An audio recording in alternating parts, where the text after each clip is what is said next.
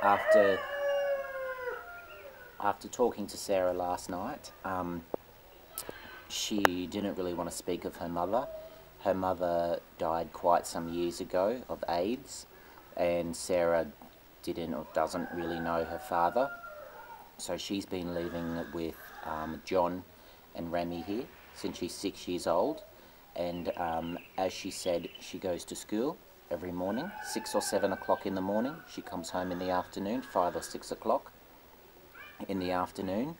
The school here is very expensive. For her it is about $300 a term, so about $1,200 a year for her to go to school. Some schools here, children need uniforms, they have to take food to school for the teachers, books, and supply, a lot of the things that they have to take to school. So many children just simply can't afford to go, or in some cases they do go, but if they haven't paid their fees, their school fees, they will be sent away, sent home, and can no longer continue to come.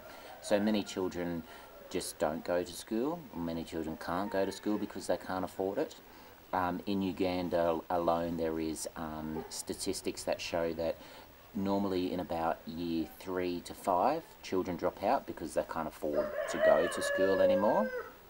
And some children, it's just more viable for them to go to work instead. So children here start working from the ages of 7, 8, 9 years old, because it's more realistic for them to work, get a job to make money, rather than spending money by going to school. So they go to school and learn a little bit, but then can no longer go to school anymore because they have no more money to pay for the school.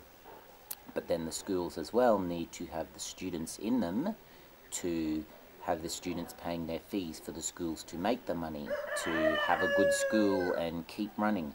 So many schools are very poor and have very bad conditions for the students because of what students they do have and what fees they do pay. That is all that they have to be able to build a roof or build walls.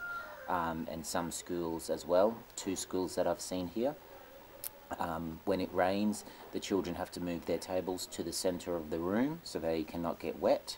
Some schools get broken into, and books and furniture stolen. So it is very hard here for children to get an education, especially for children that want to get an education.